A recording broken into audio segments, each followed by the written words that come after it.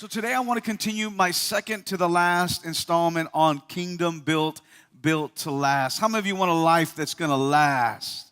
Yeah, last. I don't know about you, but I look for things to last. I want my cars to last. I want my tools to last. That's why I don't buy cheap tools. Come on, any brothers in here know what I'm talking about?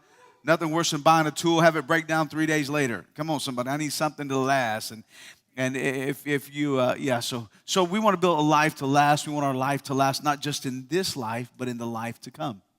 And so if you want a good, strong life, go over this series, and I believe God's going to give you some real strong tips on how to build a healthy, long-lasting life. And so today, I want to talk about being covered, or if I can use a sub-theme, I'm going to talk about under the shadow. Somebody say under the shadow. How many of you used to like to play hide and seek when you were little? I loved hide and seek. I liked it better than tag because I was kind of slow. You know what was the worst part of that game for me? Was having a cheap place to hide. You know, when you didn't have a good place, like here was the worst for hide and seek for me.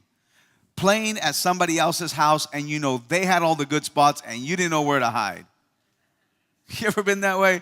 I mean, like, where do I go hide, right? There's a lot of games we play as kids, you know, London Bridges, tag. I didn't like tag because I wasn't very fast. Don't be laughing, Iris. Wasn't that funny? Right? I wasn't, but you know, hide and seek, man, that was the game. If you could find the spot, then you knew that it was all good and you could be the one to win at the end. But if you didn't have the spot, then you always got found out and it was cheap, and I didn't like that. So I wanted to share that story with you because I know a lot of us understand hide and seek as a game. But do you know that hide and seek is part of your life? Like, how many of you have ever wished there was just a place you can go and hide?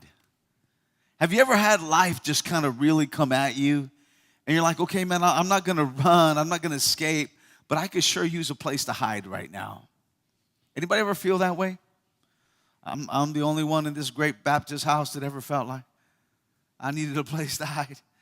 Yeah, you know, sometimes we don't, and if you've never felt like you needed a place to hide, maybe you don't realize the game you're in, because the game you're in has high stakes. We're talking about life, death. We're talking about eternity with God or eternity away from God. And in case you don't know it, you know, how many of you ever played hide and seek with your siblings? Who did you make go first as the seeker? Didn't you always make the little ones be the seeker first? You know, because you know you could beat them.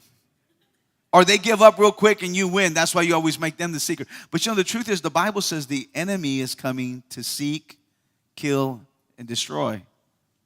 And he's not like your little brother. He's not like your little sister. As a matter of fact, he's been playing hide and seek for a long, long time. And the reason we feel like there's this oppression or this challenge, or like, you know, like, don't raise your hand, okay? Don't raise your hand. How many of you ever felt like you need to hide and seek from your spouse? Don't raise your hand. Like, bro, I just need, like, can I come to your house? Right? Girl, can we just go have a girl time? Because I need out of here, right? You know, maybe if you realize that it really wasn't your spouse, but there was an enemy, maybe you would run to the right place. Have you ever hid in the wrong place? Sometimes we hide in places that are so obvious. Your shoes, you got covered from here to here, but your shoes are showing. You ever go into the bed, but your feet were stuck out? No, you didn't do that, huh? Your feet were stuck out from the bed. It's the wrong place to hide. It's the wrong place to hide. And I'm going to be honest with you. A lot of us have found the wrong places to hide. Did you ever hide in a bottle? No, P.E., I can't fit in a bottle. What you talking about? You know what I'm talking about. Did you ever hide in a bottle? Did you ever hide in a bottle of alcohol? Did you ever hide in a bottle of narcotics? Did you ever hide? Am I talking to anybody yet? Did you ever hide yourself in work because you didn't want to come home and deal with did you ever hide yourself in parties or friends just so that you wouldn't have to deal with? And I'm going to say this to you, it's a natural thing. What you're dealing with is natural. You were designed to have a hiding place because everybody needs a break. With a Kit Kat or without, you need a break, right? But the truth is a lot of us don't know where to go. We don't know where to go. And I want to say this to you, it's really important. Somebody say important. PT was kind of tapping into a little bit of my message today she was sharing. But, you know, I don't usually use these things because, you know, if it's raining, I just try to stay inside. But every now and then you get caught in the rain. Anybody get caught in the rain? And you know, this is a pretty good element to use, but it only works about here. If you have one of these and it's over here, how good is it? Very good, right? So knowing where to hide and not going under the hiding spot doesn't help you. Me and my wife is like an amazing wife. She's like so amazing. Like she buys herself umbrellas. Like she has an umbrella for like every purse, like for her car, the kids' car. I got an umbrella in my car. I didn't even know. But my wife put an umbrella in my car. Can I say something to you? What good is the umbrella that you won't stay under? It's important for us today to recognize there is a hiding place. And I want to teach you today how David utilized the hiding place and remind you it's important for us to get in the hiding place. Is that all right? Now, normally I have a bunch of points or a few points I want you to walk through, but today I want to exegesis. If you don't understand what that means, I'm just going to literally go to the text and walk through the text to hopefully by the end of our conversation show you a really cool place to hide. Is that okay? Okay, good, because I was going to do it anyway. All right, so we're going to go through Psalms 91. Psalms 91. How many of you had a Christian mama, a praying Christian mama? Anybody here have a praying Christian mama? You know, anytime did you ever have nightmares when you were little? What did your mama tell you? Maybe I don't want to know. I don't know. Maybe your mama said, cállate. That's Spanish for I love you. Will you take a nap? Okay, maybe not so much. Don't interpret it that way, right? So I don't know what your mama told you, but my mom and my dad, if ever we got up in the middle of the night and we were fearful, we were scared, there was something going on, they would take out the Bible and they would open to Psalms 91. And in Psalms 91, they began to teach us where the hiding place was, where we could find hope. And I'm not going to get really preachy today. I want to give you some reminders about where you can go, because I know this. Man, you got to know, I know this. I know that you are either in a battle, just came out of a battle, or you're fixing to go in one, because there's an enemy who comes to kill, steal, and destroy. And that's what he's looking to do. He is seeking to kill, steal, and destroy. Right? And so you and I have to know where to hide. So let's break it down in verse 1. He that dwells in the secret place of the Most High shall abide under the shadow of the Almighty. I want to start by saying there is a place you can hang out. Somebody say dwell. Like a lot of us visit the hiding place, but God wants you to hang out with him. He wants you to, watch this, the Bible said, if my word is in you and you are in my word, right, you can ask anything of the Father. If my word is in you and you are in my word, then you have a place you can dwell. Somebody say hang out. Like everybody has hangouts, you guys. What do you do? Just bear with me. Bear with me. What is the first thing you go to in the morning? Facebook? How many of you roll out of bed, grab your phone? Don't lie, you in church. Come on. You roll out of bed. How many likes did I get while I was sleeping for 2 hours? Right? So you check your phone first thing in the morning. Okay, that's your hiding place. That's where you go to. That's your safety place. Why do we go to Facebook or Instagram or Twitter first thing in the morning? Because watch this. Please don't look PE, man, you tripping. No, I'm not tripping. This is scientific proof. We feel solidified. We feel validated. We feel appreciated when people hit the like button. To the degree of your likes, that's the degree that we find now value. Oh, people care. Oh, people value me. So you know what I'm saying? Now we have a hiding place. So the reason we are so quick, today, watch this. Today, by the end of the day, you will have looked at your phone almost 150 times. To do what?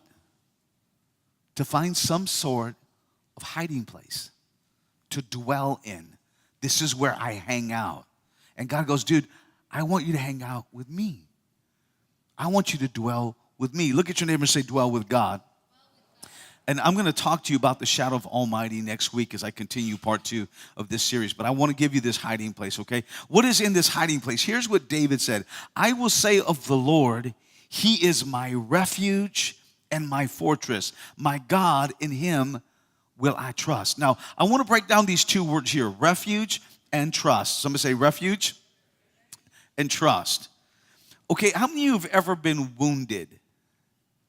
Anybody ever been hurt? It was so funny. We have a lot of animals in the Moreno home. If you ever want to come to I think the CP Kids is creating a Old McDonald song with Pastor Eli's name in it. We got so many animals at the house. So this morning,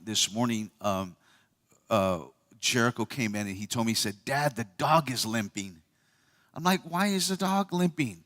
He said, "Because the goat hit it." So the goat hit the dog, and now the dog's like this. Right? And so you know where the dog went to? Went to Jericho. Because when you're wounded, you look for something stronger. You look for a place to hide. And I want you to know this. A lot of us are wounded and we go to weaker people. That's why our wounds don't get better, because you're looking to commiserate. If you have a bad relationship with your spouse, you call somebody who has a bad relationship with their spouse. Man, this is some good stuff right here. If you're mad at the pastor, who do you call? If you disagree with the life group leader, who do you call? We look to hang around with people who support our woundedness, not who support our healing. You follow what I'm saying? And so if you want to get better, if you want to go to the healing place, you want to go to the hiding place, here's what God says: I am a place of refuge. I want you to come when you're wounded. I want you to come when you're hurt. I want you to come when you don't have an understanding, or when things don't make sense to you, or when somebody's treated you wrong, or somebody's abused you or hurt you. I want you to come to me. Say this with me. Say, Jesus loves us even when we're wounded. Now, here's the big challenge to coming to Jesus when we're wounded, right? David said this: I will say of the Lord, He is my refuge and my fortress. My God, in Him will I trust. Can I say something to you? This is just, look, again, I know we're a little challenging here, but I want to point this out to you. Most people won't go to a place they don't trust. If you're not running to the Lord in times of trouble, here's what you're saying: Lord, I don't really trust you. So where do we run in times of trouble? We should run to the Lord, because He has a place of refuge, right? And watch this. And then we should trust Him. How many of you have trouble trusting the Lord? Oh, they took my little umbrella, but that's all right. So we got the umbrella, right? But we're saying, Lord, I'm going to come to you. You're my place of refuge. But we hold the umbrella over here and we won't get underneath it. It's hard to trust the Lord. When God says, because God says weird things like love your enemies. What? That joker just hurt me. You want me to love him? No. Pray for those who have watch over your soul and submit yourself to them. What? Have a leader that actually gives me guidance? No. God, I love you. I'll come to you when I'm wounded, but I don't want to bring my trust. And God goes, no, I have a hiding place for you where you can be under, right? When you're hurt, when you're wounded, but you got to trust me. Look at your neighbor and say, you got to trust me. You got to trust me. You got to trust me. Number 3, is this making sense to anybody? Look at your neighbor and say, I'm going to find a hiding place. I love this here. Surely He shall, number 3, surely He shall deliver you from the snare of the fowler and from the perilous pestilence. So, anybody here ever set traps? I got one of those vermin traps. You know what I'm saying? One of those vermin traps. And I put food in the trap. And all I got to do is wait for a little animal to get in there. I got stray cats. We caught skunks. All kind of nasty things that come in there. And they just come because what's inside is good, but they have no idea they're walking into a trap. Right? So if you could see it, it wouldn't be a trap. If you could see it, it wouldn't be a trap. The effectiveness of a trap depends on your inability to see it. How many of you have ever walked into a trap and go, oh my God, I didn't see it? Come on, man. Right? We walk into these traps and we don't see it. And here's what God wants to tell us. He says, look, I want you to know that I will deliver you from the snare of the enemy. Matter of fact, if you look at me, you'll see scars of the traps I walked into. I know if we sit down and we have a conversation that I'll start hearing about some of the traps that you walked into. I thought he was going to love me forever. I thought she was going to be my wife. I thought he was going to be my business partner. I thought we were going to make this to the end. I thought we were really going to work this out. But something happened. No. Listen, sometimes what happens is we didn't see the trap.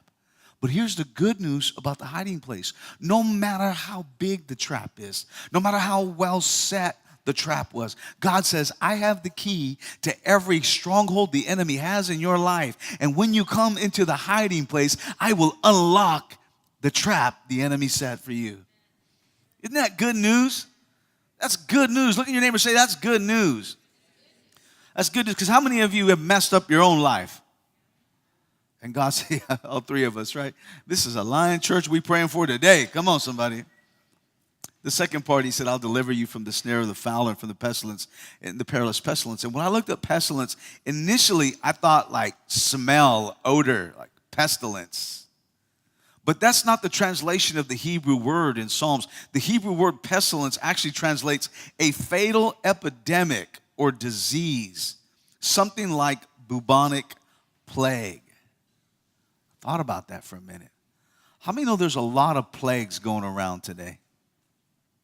There's a lot of plagues. Can I talk to you about some of the plagues? Young people, I see a lot of young people in the house today. I love young people. You're not the next generation young people. You're the today generation. You're making it happen today. You know, I'm proud of you young people. Absolutely. So let me say this. One of the plagues going around is like lack of gratitude. Lack of gratitude. Lack of desire. It's a plague. It's a plague. I have never met so many 25-year-olds that you ask them, hey, what do you want to do in life? They're like, well, oh no. Where do you want to go in life? But, oh no. Do you know that Jesus was teaching in their tabernacle at the age of 12? At the age of 12, he was teaching in their tabernacle, knowing where he wanted to go. Do you know that most people were already apprenticing in their careers by the age of 13, just 70 years ago, 80 years ago? There is such a confusion. Guys, listen to me. It's a plague. It's a plague. Are you ready for this, Pedro? Well, you know, I love Teresa today, but I think I'm going to love Susie tomorrow. And after that, I think I'm going to love Brenda. I don't know, I'm throwing names out there, right? Hopefully there's not a Brenda here. Don't take that personally, Brenda, if you're here or if you're watching online. I love Teresa, right? The idea is the plague. Yeah. You don't know anymore. You don't know. Pastor Eli said he loved me. Hi, sir. Right? He's so confused. So the idea is there's plagues going around everywhere. How do you protect yourself from the plague? God said, I'm going to protect you from the plagues. So the truth is, you can make it. You can endure. I'll tell you another plague. It's a plague. Poverty. Now, I know that there's going to be people that are poor. I get that. But you don't have to be one of them. I don't have to be one of them. Look at your neighbor and say, it's a plague. It's a plague. I love the word pictures Jesus uses because this is a powerful picture for me in verse 4. Verse 4, he says this, he shall cover you with his feathers, and under his wings you shall take refuge. For his truth shall be your shield and your buckler. Somebody say feathers. Doesn't that just make you feel so protected? Ooh, feathers. You know what I do with feathers? I sleep on them. Who feels protected with feathers? Until you begin to break down the context of what Jesus is. Somebody say the Bible. The Bible interprets the Bible. Jeremiah would say this. He would say, you know, God wants to cover you like a mother hen covers her chicks. Oh. Jesus would later on say in Matthew, oh, Israel, like a mother hen covers her chicks, so I have longed to cover you. Now, a lot of you don't understand that because you weren't raised with Bernie. So you don't understand what that really means. So now let me bring you in. Somebody say bring you in. So we have chickens on our farm, right? And some of these chickens hatch babies. And so what people don't understand is there's this metamorphosis going on. There's this metamorphosis going on with the feathers. It's two-part. First of all, the mother hen begins to lose the feathers on her chest. She begins to lose the feathers on her chest, right? And then throughout the rest of her body, her feathers are increasing in thickness, throughout the rest of her body. So two things happen. When the babies are born and they're cold and they need protection, they come unto her chest because the warmth gives them life. But the mother had to go through a season to remove the feathers to create heat to sustain their life. Does that make sense? The second thing is the thickness in their feathers. Now, if you look at a hen, she doesn't look very mean. Hens don't look very opposing until you try to touch their chicks. Then their feathers transform and they go like this. And they look like kicking porcupines. And I'm not going to lie to you. I have literally had a mother hen, when I go try to get the chicks, jump out of the cage and go pop, pop, pop, pop, and try to tear my face up. I almost killed the hen. You got to pray with me.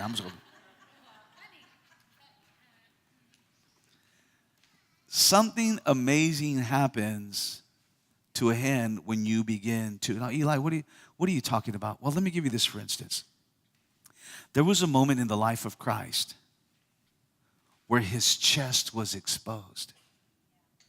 Matter of fact, it looked kind of like this.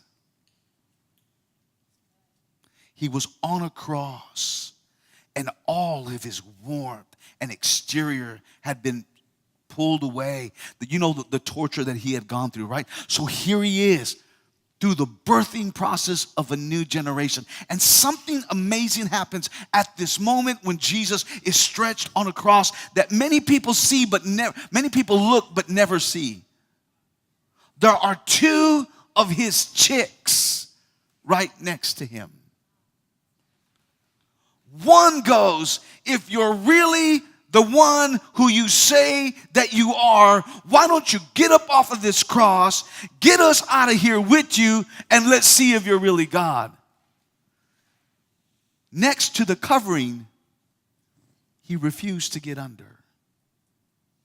Then there was the other one. Same challenges, same sickness, same sentence, same disease. But instead of running from the feathers, he runs unto the feathers. And he said, Lord, I believe who you are. And I've just got one request. If you go to paradise, will you remember me? Will you make room for me under your feathers? God, if there's a place, can you take me there?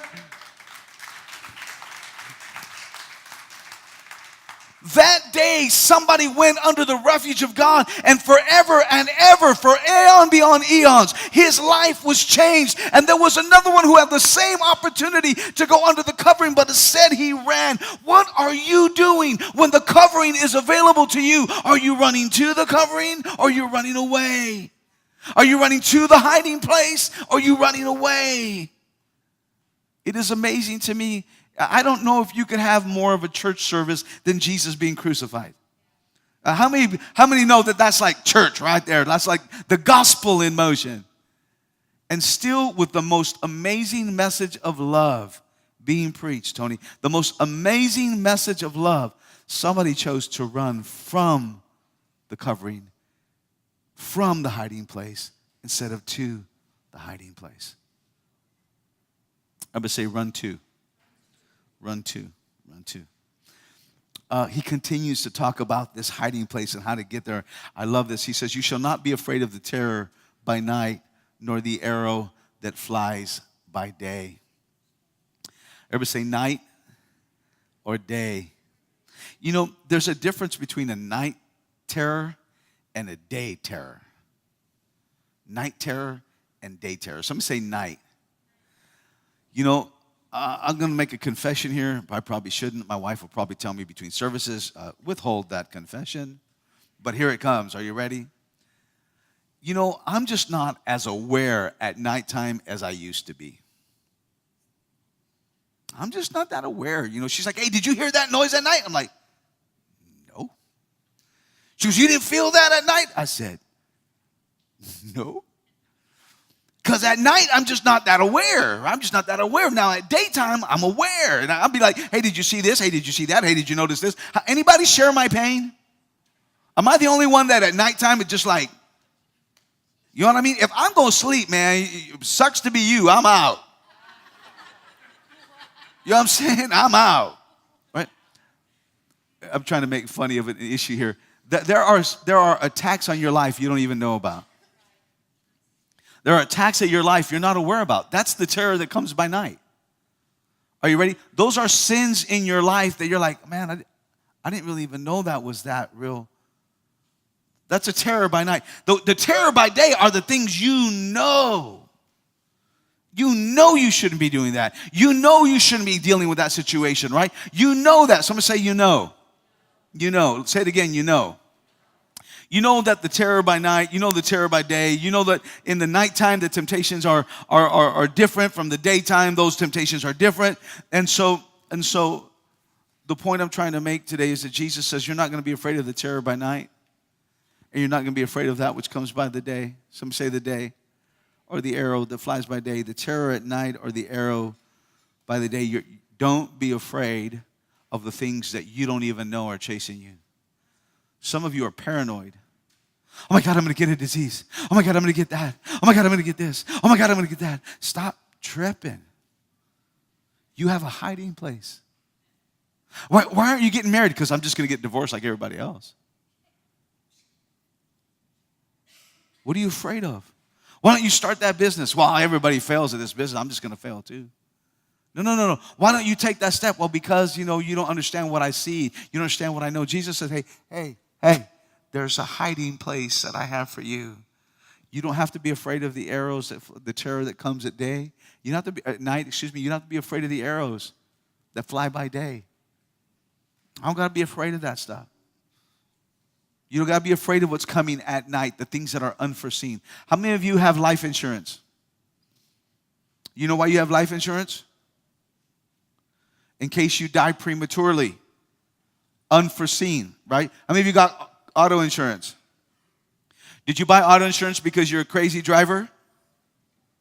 Some of you did. Well, thank you very much. I appreciate what you do for the rest of us, right? But most of us buy auto insurance. Why?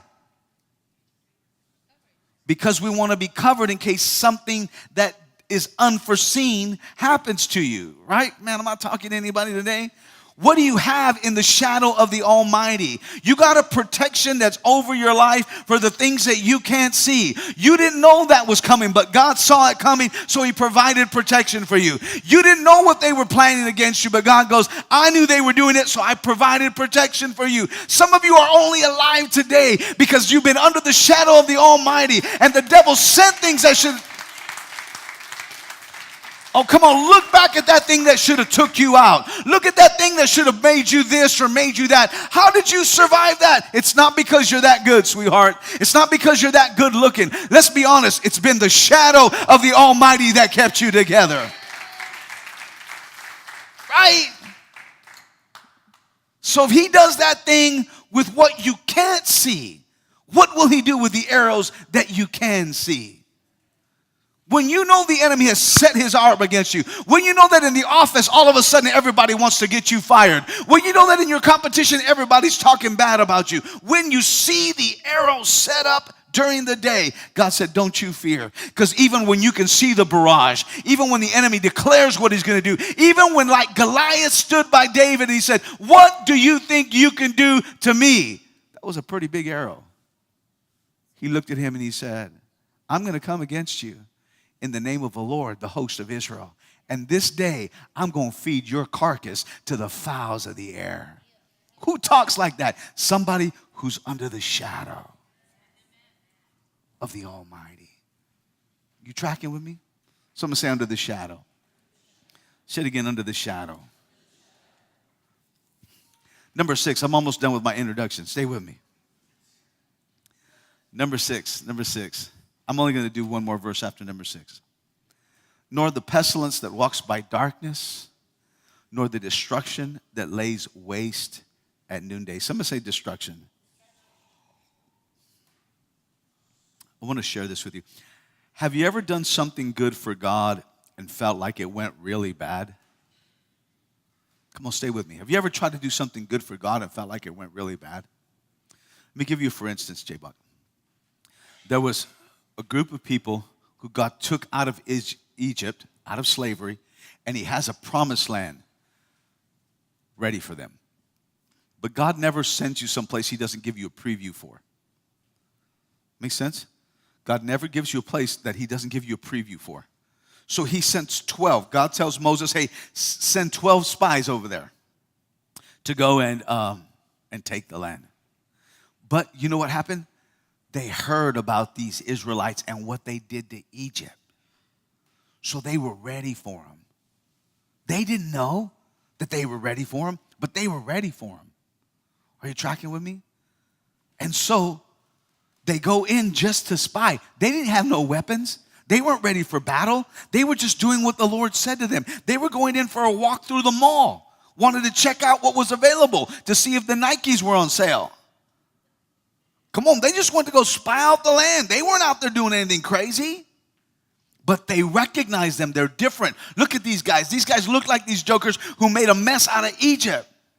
And immediately, they closed the city walls. And they started a search in the city to find these 12 men, not to have a party with them, but to kill them. Even when you get caught doing good things for God and the enemy wants to take you out, there was one woman who knew what was going on, and God said to her, you better help these guys. Nobody thought she would be the one because she was running a illegitimate house. You tracking with me? This was not a place church people would go to. But God is the almighty God. And he could take things that don't look right and use it for his glory. And he uses a woman by the name of Rahab to hide the 12 spies. Why would God hide the 12 spies? Because he made this promise that no pestilence nor destruction will get you at night or day. Nothing is going to get you. When you do good things for God and the enemy tries to shut you down, God goes, I have a hiding place for you. And she hid them until they were free. And I'm going to say this to you, man. The enemy's not going to destroy you for doing good for God. He's not. Some of you made a purpose. You're going to come to God's house. You're going to get involved. You're going to be a part of what God's doing. And because you made that purpose and that declaration in your life, God goes, I'm not going to let these things around you. And I hope that today I'm feeding your faith. I hope today I'm giving you courage to come into the hiding place, to believe God, not just to come to church, but to have your family. Someone say my family. In a hiding place. In a hiding place. And then finally is this. Verse 7 says, 1,000 may fall at your side and 10,000 at your right side, but no harm shall come near you. What a place to be, where 1,000 may fall at one side and 10,000 may fall at the other, but no harm shall come near you.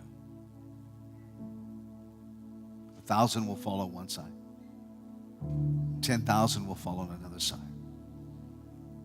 But no harm will come near you. 1,000 will fall on one side. 10,000 will fall on the other side. But no harm will come near you. Anybody raising children here? Wave at me if you're raising children. Wave at me. Listen to this. 1,000 will fall on one side. 10,000 will fall on the other side. But no harm will come near you. Anybody here in a relationship? You're in a marriage relationship? Wave at me. Wave at me. All right, listen. 1,000 will fall on one side. 10,000 will fall on the other side. But no harm will come near you. How many of you are in an economic challenge right now? Wave at me. Okay. All right. Listen to this. 1,000 will fall on one side. 10,000 will fall on the other side. But no harm will come near you. There is a place where you can hide and harm will not find you. There's a secret place, the perfect place that you can hide. And I know the enemy's after you. Yes, he is.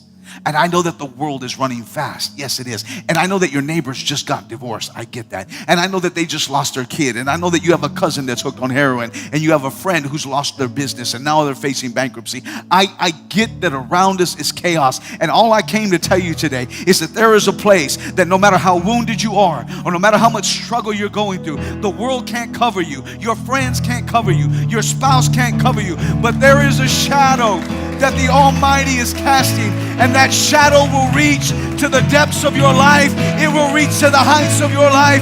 There is hope for the church. There is a place we can run to. There is a shadow you can hide under, that no harm shall come near you. And if you heard anything I heard today or anything I said today, don't stand there. Run to the shadow. Don't fight by yourself. Come under the wings of the Almighty. There is a place for God's children to hide.